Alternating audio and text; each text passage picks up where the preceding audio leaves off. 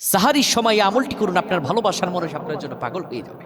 সাহারির সময় আপনি আমলটি করুন। অনেকে আমাদেরকে বলে, প্রবাসীরা ভাইরা, হুজুর একটা দোয়া দেন, আমার স্ত্রী আমার কথা শোনে না।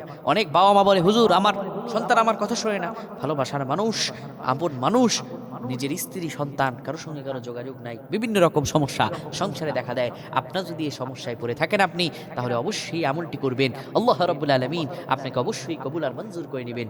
প্রিয় ভাইরা আমার, আল্লাহ রাব্বুল আলামিনের কাছে চাইতে দেরি হয়, আমার আল্লাহ দিতে দেরি করবেন না। সাহারির সময়, দোয়া কবুলের সময়, সাহারি আপনি যখন খাবেন তখন আপনি উঠে যাবেন আগে আগে, পারলে তাহাজ্জুদ নামাজ পড়বেন 2 রাকাত। তাহাজ্জুদ নামাজ 2 রাকাত পারেন, 4 রাকাত পারেন, পড়ার পরে 2 রাকাত করে 4 রাকাত পরে কিবলামুখী হয়ে বসবেন। বসার পরে আপনি আল্লাহর কাছে দোয়া করবেন।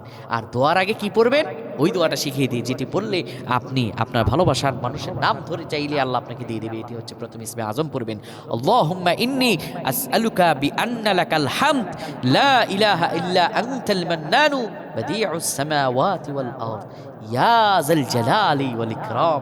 এরপরে আপনি তার নামটা ধরবেন, এরপর বলবেন ইন্নাল্লাহা ইয়াসমাউ মাইয়াশা। হ্যাঁ, এরপরে আপনি তার জন্য দোয়া করে দিবেন। আপনার চাইতে দেরি হবে, আমার আল্লাহ দিতে দেরি করবেন না। সুবহানাল্লাহ, আল্লাহ আমাদের কবুল করবেন, আমিন।